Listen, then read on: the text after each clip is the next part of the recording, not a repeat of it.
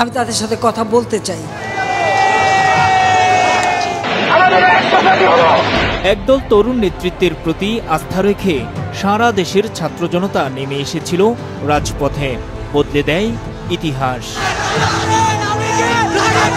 কোটা সংস্কার আন্দোলন থেকে যার শুরু আর শেষটা হয়েছে আওয়ামী লীগ সরকারের পতনের মধ্য দিয়ে। এই গণ আন্দোলনের একক কোনো নেতা না থাকলেও যারা কেন্দ্রীয় সমন্বয়ক ছিলেন তাদেরই একজন মোহাম্মদ নাহিদ ইসলাম, যাকে বিশ্বের অন্যতম ক্ষমতাধর ব্যক্তি হিসেবে 100 নেক্সট তালিকাভুক্ত করেছে বিশ্বখ্যাত টাইম ম্যাগাজিন।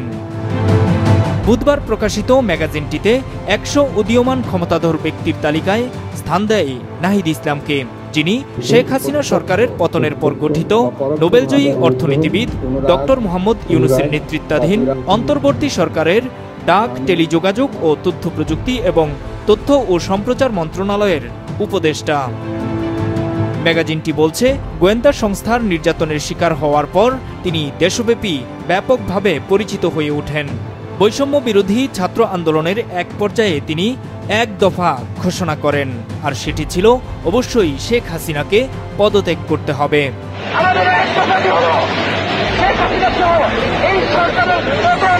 টাইম ম্যাগাজিনকে নাহিদ জানান, কেউ ভাবেনি যে শেখ হাসিনার পতন হবে, কিন্তু দেশব্যাপী তুমুল বিক্ষোভের জেরে গত 5ই আগস্ট তিনি দেশ ছেড়ে পালিয়ে যান। বিশ্বের সবচেয়ে প্রভাবশালী 100 ব্যক্তিকে নিয়ে টাইম 100 প্রকাশ করে ম্যাগাজিনটি। তবে টাইম 100 নেক্সটে তারা উদীয়মান ক্ষমতাধর ব্যক্তিদের তালিকাভুক্ত করেন, যারা রাজনীতি, ব্যবসা, বিনোদন, খেলাধুলা, স্বাস্থ্য ও বিজ্ঞান সহ নানা বিষয়ে ভবিষ্যৎ বিনির্মাণে বিশেষ অবদান রাখছেন। নূর মোহাম্মদ, মাছরাঙা নিউজ ডেস্ক।